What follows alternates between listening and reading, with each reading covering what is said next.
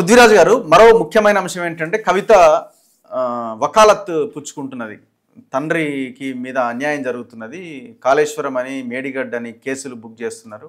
So legal fight చేయడానికి ready అవుతున్నారు తండ్రి కోసం. అంటే ఇప్పుడు తండ్రి కోసమేనా లేకపోతే ఎట్లా చూడాలి ఆమె ఈ లీగల్ ఫైట్ని, ఆమె ఆలోచన విధానాన్ని?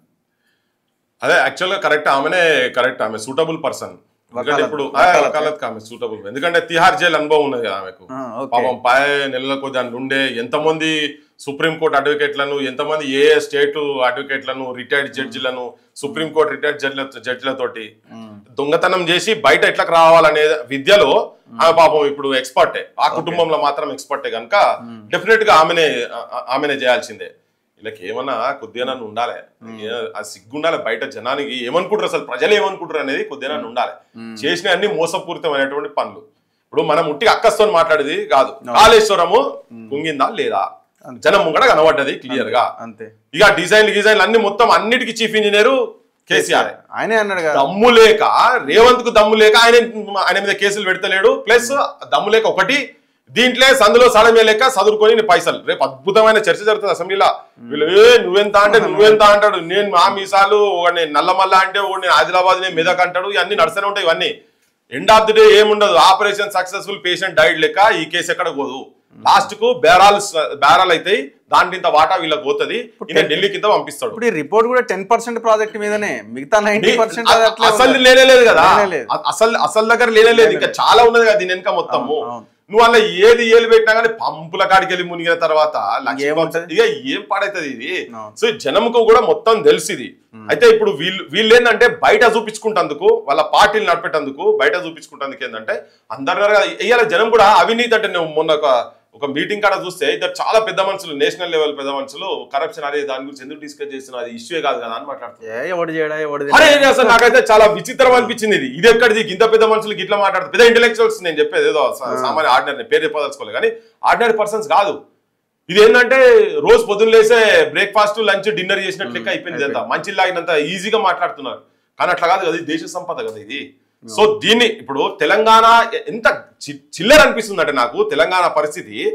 పొద్దున్న లేస్తే టెలిఫోన్ స్కామ్లు, కాళేశ్వరం స్కామ్లు, ఇవే స్కామ్లు తప్ప నీకు వీళ్ళు చేసిన దుర్మార్గాలు, మోసాలు, ఆడ ఇంత తిన్నారు ఈడ అంత తిన్నారు తప్ప అరేనైనా ఎంతమంది అవుట్పుట్ వచ్చింది జనంకు, వాళ్ళకి ఎంతమంది ఉద్యోగాలు వచ్చినాయి, ఎడ్యుకేషన్ స్టాండర్డ్స్ ఎట్లా బిల్డప్ అయినాయి, గత ప్రభుత్వాల్లో ఎట్లుండే, ఆందోళనలో ఎట్లా ఉండే, నాణ్యత విద్యలు ఎట్లా పెరిగింది, ఆరోగ్య పరిస్థితి ఎట్లా ఉన్నది, కడుపు నిండు బుక్కడ తింటుందా లేదా, వీటి మీద ఎక్కడ చర్చ జరుగుతలేదు. ఇప్పుడు ఈమె కూడా వకాలత్ అంటే తండ్రి మీద కేసులు ప్రేమ నేను అనుకోవడం కాదు. ఇప్పుడు ఆమె పొలిటికల్ గా నేను కేసీఆర్తో ఉన్నా, కేసీఆర్తో కేటీఆర్ చేయలేకపోతున్నాడు ఆ పని నేను చేయగలుగుతున్నా, అంతే కదా. ఇది కూడా పవర్ వారే కదా, 200% పవర్ వారే. అంతే.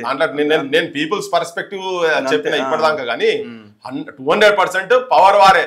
అయ్యాకు నేనే దగ్గర ఉన్నా అని చెప్పి నేనే చూసుకున్నా అని, రేపు పొద్దుగాల అయ్యా చచ్చిపోయినాక జనంకి వచ్చి మొత్తుకుంటాడు, నాన్నేం చేయలేదు మొత్తం నేనేం చేసినా అని చెప్పని జనంకు చెప్పుకుంటా. అందులో ఈమె చాలా పాపం, ఇలా మార్కెటింగ్ స్కిల్స్ కూడా ఈమెకు బాగున్నాయి. ఆయనకేమో జర ఆవేశం ఎక్కువ ఉన్నది, ఈమెనో జర గుసాయిస్తున్నది బాగానే అటో ఇటో తిరిగి. కానీ ఎంత చేసినా ఏం చేసినా అది షీగుడ్డు అంతే. పనికిరాంది బీఆర్ఎస్ కేసీఆర్ కుటుంబమే చీకుట్లు.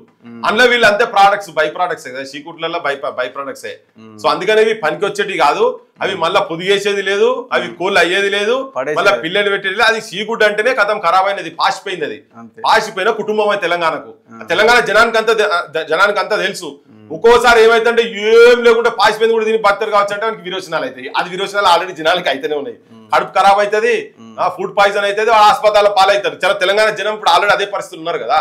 సో ఇది సీగుడ్ అని చెప్పి ఇప్పటికి జనానికి అయితే మొత్తం అర్థమైపోయింది క్లియర్ కట్గా. సో జనం తెలుసుకోవాల్సింది ఇలా ఇటువంటి వాళ్ళు కాదు, మంచి వాళ్ళు ఎవరున్నారో వాళ్ళని తీసుకొచ్చుకోవాలని జనం తెలుసుకోవాలి, అంతే క్లియర్ గా. Anyway thank you very much. ఇది పృథ్వీరాజ్ యాదవ్ గారితో స్పెషల్ ఇంటర్వ్యూ. చూస్తూనే ఉండండి మన తొలి వెలుగు.